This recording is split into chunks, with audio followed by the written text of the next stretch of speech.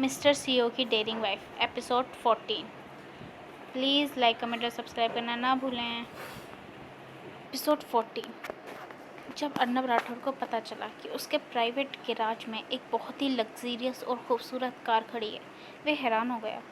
उसे उम्मीद नहीं थी कि रिया खन्ना, जिसे वे एक मामूली सी लड़की समझ रहा था, उसकी पहुंच इतनी ऊपर तक हो सकती है कि 1 घंटे के अंदर अंदर वे उस तक कार पहुंचा देगी।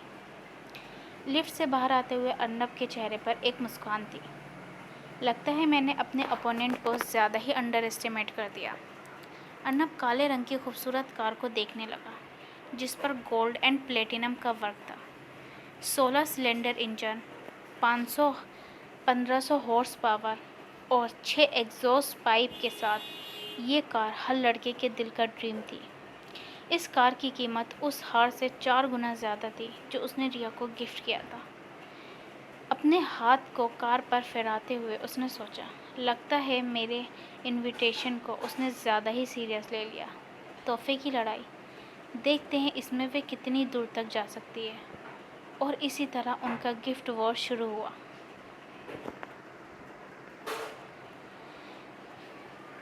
कार मिलने के बाद अर्नब राठौर ने रिया को उस हार के मैचिंग ईयररिंग गिफ्ट किए। जब रिया को ये तोहफा मिला तो उसने उसको डायमंड के कफलिंग्स गिफ्ट किए। हर एक बटन बहुत ही खूबसूरती से ब्लू डायमंड के साथ तराशा गया था। बदले में अर्नब राठौर ने रिया को 999 गुलाबों का बुके गिफ्ट किया और साथ में एक अपार्टमेंट भी, जो 4 मंजिला और एक बहुत ही ज़्यादा लग्जीरियस सोसाइटी में था। रिया उन 999 फ्लावर्स के बुके को देखकर गुस्से में झुंझला उठी। उसका आधा कमरा इन गुलाबों से भर चुका था। उसके सारे गुलाबों को वहाँ काम करने वाले वर्कर्स और स्टाफ में बंटवा दिया। उसे खुशी थी कि उसका बैंक बैलेंस फुल था। उसने इतने सालों में जो मेहनत से कमाई की थी, वह आज उसके काम आ रही थी। रिया ने मिसेस कपूर होने के साथ साथ अभिषेक के बदले उसकी कंपनी में सीईओ की तरह काम किया था। उसने बहुत सारे प्रोजेक्ट साइन कराए थे, कॉन्ट्रैक्ट लिए थे और बहुत सारी डील फाइनलाइज कराई थी। रिया हर डील का 50% प्रॉफिट अपने नाम रखती थी। उसे ऐसा करने की सलाह उसके दादाजी ने दी थी। उन्होंने उससे कहा था कि दुनिया में रिश्ते कभी भी छूट जाते हैं, इसलिए हमेशा सेकंड प्लान रखना चाहिए। शायद उन्हें पता था कि अभिषेक उसको एक दिन छोड़ देगा, या शायद उन्होंने दुनिया में बहुत से लोगों को बदलते देखा था, इसलिए वे नहीं चाहते थे कि रिया की इतनी मेहनत बर्बाद हो जाए। रिया ने अपनी कमाई को कई सारे शेयर मार्केट और कंपनियों में इन्वेस्ट किया था और अब वे काफ़ी ज़्यादा प्रॉफिट में थी। रिया के पास पैसों की कमी नहीं थी, शायद उसे पता भी नहीं था कितने थे, इसलिए उसे फिक्र नहीं थी। रिया ने अपना फ़ोन उठाकर अर्नब राठौर के लिए एक बड़ी सी नौका याच खरीदा, जिसकी कीमत उस अपार्टमेंट से ज़्यादा थी। रिया को किसी से गिफ्ट लेना पसंद नहीं था। उसे पता था हर गिफ्ट की कीमत चुकानी पड़ती है। अगले दिन रिया के फ़ोन पर एक मैसेज आया, जिसने रिया को पूरी तरह चौंका दिया। ये मैसेज उसकी माँ ने किया था। उसकी बहन सुनैना की पार्टी, जो कि 5 दिन बाद थी, वे कल रात कर दी गई थी। उस ग्रुप में रिया के साथ साथ उसके दादाजी भी मौजूद थे। उसको पता था कि उसके दादाजी सुनैना को बिल्कुल पसंद नहीं करते थे, फिर भी उसकी माँ ये सब जानबूझकर कर रही थी। दादाजी अपनी जवानी में एक आर्मी ऑफिसर थे। उन्होंने अपने दोस्त की जान बचाने के लिए कई बुलेट खाई थी, जिस वजह से वे आर्मी से रिटायर हो गए और वापस आकर उन्होंने अपना होटल मैनेजमेंट का बिजनेस शुरू किया। उन्होंने अकेले ही अपनी मेहनत और लगन से इतनी बड़ी खन्ना इंडस्ट्रीज़ को खड़ा कर दिया। उनके बेटों में कोई भी इस काबिल नहीं था जो उनका वारिस बन सके और उनके इतने बड़े बिजनेस एम्पायर को संभाल सके। तो उन्होंने बहुत सोचने के बाद अपने बेटों को उनके हिस्से की जायदाद और शेयर देकर अलग कर दिया। उन्होंने सोचा वे अपने ग्रैंड चिल्ड्रंस में से अपना वारिस चुनेंगे, मगर आर्मी में रहने की वजह से उनका चेहरा हमेशा कठोर रहता था और बच्चे उन्हें देखकर रो पड़ते हैं। लेकिन रिया सिर्फ एक ऐसी लड़की थी जो उन्हें देखकर बचपन से डरने की बजाय उनसे हंसी मजाक करने लगी, और तब से रिया उनके सबसे ज़्यादा करीब हो गई। मगर सुनैना उन सब में सबसे ज़्यादा तेज़ रोई थी, अपने दादाजी का चेहरा देखकर। उस दिन दादाजी की एक इम्पोर्टेंट मीटिंग फेल होने की वजह से उनका मूड पहले से ही ख़राब था, और अपनी पोती को इस तरह रोता चिल्लाता देखकर उनका मूड और ख़राब हो गया। उस दिन से दादाजी ने सुनैना को ब्लैकलिस्ट कर दिया। उसकी माँ शकुंतला ने सबको व्हाट्सएप ग्रुप में ऐड करके बर्थडे पार्टी की लोकेशन सेंड की थी और उस ग्रुप में उसके दादाजी भी थे। वे समझ गई, उसकी माँ उसके ज़रिए दादाजी को पार्टी में बुलाना चाहती थी। रिया ने अपने दादाजी को कॉल की। हेलो दादाजी, बर्थडे पार्टी कल है। मुझे उम्मीद है तुमने ड्रेस और डेट दोनों का इंतज़ाम कर लिया होगा। उसके दादाजी ने उससे सीधा सवाल किया। उनके इस सवाल पर रिया की आंखें फैल गईं। बर्थडे पार्टी आज है, वे कैसे भूल गई? मगर डेट तो 4 दिन बाद की थी। उसकी माँ ने आखिरी डेट आगे क्यों बढ़ाई? रिया ये बात समझ नहीं पा रही थी। उनकी इस बात पर रिया को याद आया कि उसने अभी तक किसी डिज़ाइनर से अपनी ड्रेस सेलेक्ट ही नहीं करवाई थी और ना ही मीरा से कंफर्म किया था कि उसका भाई कल खाली है या नहीं। रिया को अपनी माँ की इस हरकत पर बहुत गुस्सा आया, लेकिन वह अपने दादाजी को परेशान नहीं करना चाहती थी। फिक्र मत कीजिए दादाजी, सब कुछ रेडी है। उसने घबराकर अपने बालों को कान के पीछे करते हुए जवाब दिया। झूठ तो नहीं बोल रही हो? उसके दादाजी ने उसकी आवाज़ में छुपी हुई घबराहट को महसूस करते हुए पूछा। जी दादाजी, आप फिक्र न करें, और वैसे भी ज़्यादा फिक्र करने से आपका ब्लड प्रेशर हाई हो जाता है। रिया ने फ़ौरन जवाब दिया। हालांकि उसके दादाजी तंदुरुस्त हैं, मगर उम्र के साथ उनका शरीर भी बूढ़ा हो रहा है। अभी पीछे ही उसके दादाजी को हाई ब्लड प्रेशर की वजह से हॉस्पिटल में एडमिट होना पड़ा था। मैंने ऑलरेडी एक पार्टनर का इंतज़ाम कर लिया है, और वे भी राठौर फैमिली से। रिया ने उनको श्योर करते हुए कहा। कौन है? राजीव खन्ना को उसकी बात पर यकीन नहीं आया। राठौर फैमिली के दोनों बेटों को वे जानते थे। बड़ा बेटा कभी भी किसी के साथ डेट पर नहीं जाता था, और छोटा बेटा हमेशा लड़कियों को चलाने में माहिर था। अगर रिया छोटे बेटे के साथ डेट पर जा रही थी तो वे नहीं चाहते थे कि उनकी प्यारी बेटी के साथ कुछ हो, क्योंकि वे लड़का ठीक नहीं था, छोटा वाला। रिया ने घबराकर अपने निचले होठ को दांतों से काटते हुए जवाब दिया। उसे डर था उसके दादाजी नाराज़ ना हो जाएं। तो ऐसा है, अगर वे नहीं आए तो मुझे फ़ौरन कॉल करके बता देना, उन्होंने रिया को ऑर्डर देते हुए कहा। कुछ और देर बात करने के बाद उन्होंने कॉल काट दी। राजीव खन्ना ने ललित को एक मैसेज भेजा, रिया की सिक्योरिटी और ज़्यादा टाइट करने के लिए। उन्हें पता चला था कि अभिषेक और बरसा भी इस पार्टी में आ रहे थे। वे नहीं चाहते थे कि फिर से उनकी रिया के साथ कुछ गलत हो। हालांकि राठौर फैमिली देश की नंबर 1 फैमिली थी, लेकिन अगर उनके बेटे ने रिया के साथ कुछ भी गलत किया तो राजीव खन्ना इस बार उन्हें नहीं छोड़ने वाले थे पहले की तरह। कॉल कट करने के बाद रिया को अपनी माँ पर बहुत गुस्सा आया। उसे लगा उन्होंने जानबूझकर ऐसा किया है।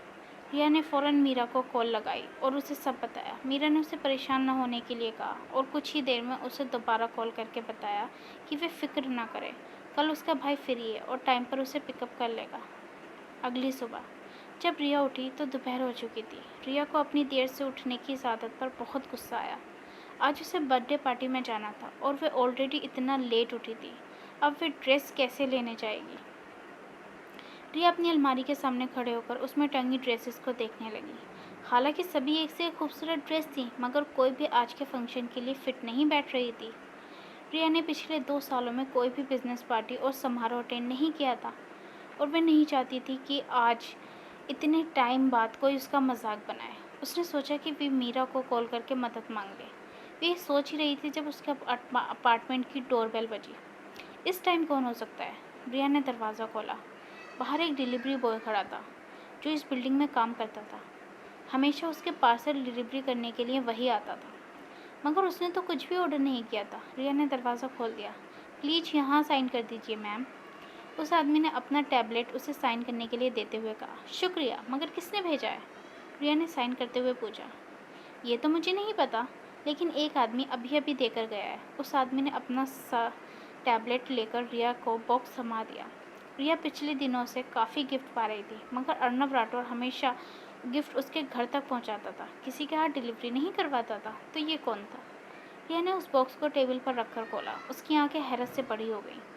उस बॉक्स के अंदर एक बहुत ही खूबसूरत गहरे नीले कलर की ड्रेस थी।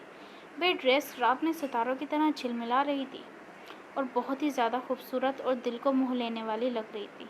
लेकिन रिया को लगा उसने ये ड्रेस को पहले कहीं देखा था, मगर उसे याद नहीं आ रहा था कहाँ। फिर उसे याद आया कि अर्नब ने उसे इसी कलर का हार और इयररिंग भेजे थे। क्या ये ड्रेस भी उसी ने भेजी है?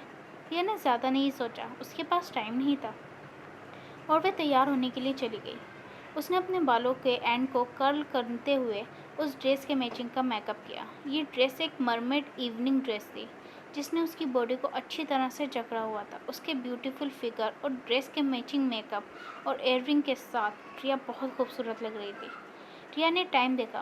पार्टी शुरू होने में 1 घंटा ही बाकी था। रिया ने जल्दी से अपना फ़ोन और पर्स उठाकर घर से बाहर निकल गई। लिफ्ट में घुसते ही रिया को मीरा का मैसेज आया।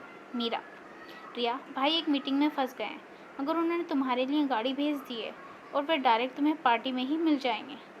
रिया को उसका मैसेज पढ़कर थोड़ा अजीब लगा, मगर उसके पास और कोई ऑप्शन नहीं था।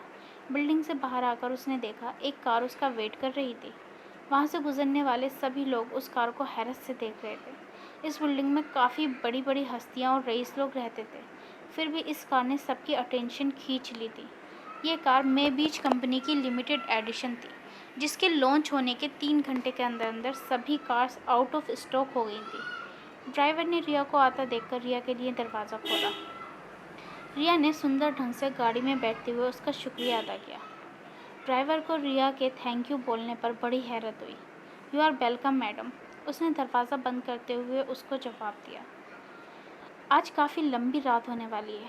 गाड़ी में बैठे बैठे रिया पार्टी के बारे में सोचने लगी। होटल के बाहर रेड कारपेट बिछी हुई थी। बहुत सारे एलिस सेलिब्रिटी कैमरे की चमक के साथ अंदर दाखिल हो रहे थे। रिया इतने सारे रिपोर्टर्स को देखकर थोड़ा घबरा गई और अपनी आंखें बंद कर लीं। रिया पूरे 2 साल इन सब से दूर रही थी। अचानक ये सब फेस करने में उसे थोड़ी घबराहट महसूस हो रही थी।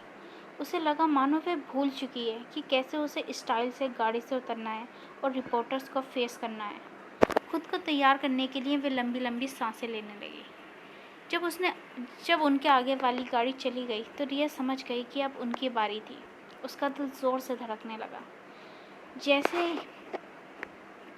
जैसे ही रिया की गाड़ी कारपेट के सामने आई, सभी लोग उस महंगी और लग्जरियस कार को देखने लगे।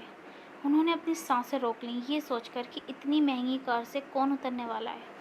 इस कार का ड्राइवर भी हैंडसम और वेल बिल्ड लग रहा था। ड्राइवर ने गाड़ी से उतरकर अपनी बॉडी से लोगों का व्यू ब्लॉक करते हुए रिया के लिए दरवाज़ा खोला। मैम, आप तैयार हैं? ड्राइवर ने पूछा। रिया ने एक गहरी सांस ली और कहा, हाँ मैं तैयार हूँ। ड्राइवर ने सर हिलाकर दरवाजे को पूरा खोल दिया। जैसे ही दरवाज़ा खुला, कैमरे के फ़ोटो खींचने की आवाज़ें आने लगी। बहुत सारे लोग अचंभित रह गए। एक लंबी, पतली और खूबसूरत सी टांग बाहर आई, उसके बाद दूसरी। रिया ने अपनी फुल ग्लोरी के साथ गाड़ी से बाहर आते हुए उन सबको एक स्माइल पेश की। उसका सिर ऊंचा और कंधे पीछे को थे। एक खूबसूरत नीले कलर की ड्रेस में मैचिंग ईयररिंग के साथ वे किसी अप्सरा से कम नहीं लग रही थी। उसके चेहरे पर हल्की सी मुस्कान के साथ रिया ने कैमरों की तरफ अपना हाथ फैलाया। सब लोग हैरान हो गए और एक दूसरे से आपस में बातें करने लगे। उन्हें उम्मीद नहीं थी कि इस सोसाइटी की फॉर्मर क्वीन इतनी एलिगेंटली और ग्लोरी के साथ इस पार्टी को अटेंड करेगी। अरे नहीं, ये तो रिया खन्ना है। लेकिन उसने ये ड्रेस कैसे ली? ये तो फेमस डिज़ाइनर साइमा ने खुद डिज़ाइन की है। रुको, ये ड्रेस तो बिल्कुल वही ड्रेस है जो मिसिस कपूर। अरे ड्रेस को छोड़ो, उसके ईयररिंग को देखो, कितने महंगे लग रहे हैं। मगर रिया को तो उसके माँ बाप ने जायदाद से बेदखल कर दिया था और मैंने सुना था कि उसके पास अब कुछ भी नहीं बचा है। क्या पता अब कौन से बिग बॉस के साथ ये मिस रिया खन्ना। तुम्हें नहीं पता, ऐसे लोग पैसे के लिए किसी भी हद तक जा सकते हैं, मगर ये बिना डेट के आई है, कितनी शर्मनाक है। उन सब की बातें सुनकर रिया की हंसी और ज़्यादा गहरी हो गई। रिया ने उनकी बातों को अनसुना करते हुए अपने दुश्मनों के लिए एक प्यारी सी मुस्कान पेश की और अंदर दाखिल हो गई। रिया रेड कारपेट पर चलते हुए किसी अप्सरा से कम नहीं लग रही थी। रिया को पता था लोगों का काम सिर्फ बातें करना था। जैसे ही रिया हॉल में अंदर दाखिल हुई, वहाँ मौजूद सभी लोग हैरान हो गए। लगभग 2 साल पहले हुए उस हादसे के बाद किसी ने भी रिया को किसी समारोह या पार्टी में नहीं देखा था। मानो वे जैसे गायब ही हो गई थी। किसी को भी उम्मीद नहीं थी कि रिया आज की पार्टी को अटेंड करेगी। उन्हें लगा वे पहले की तरह बुज़दिल बनकर अपने घर में छुपी बैठी रहेगी। Bye bye friends.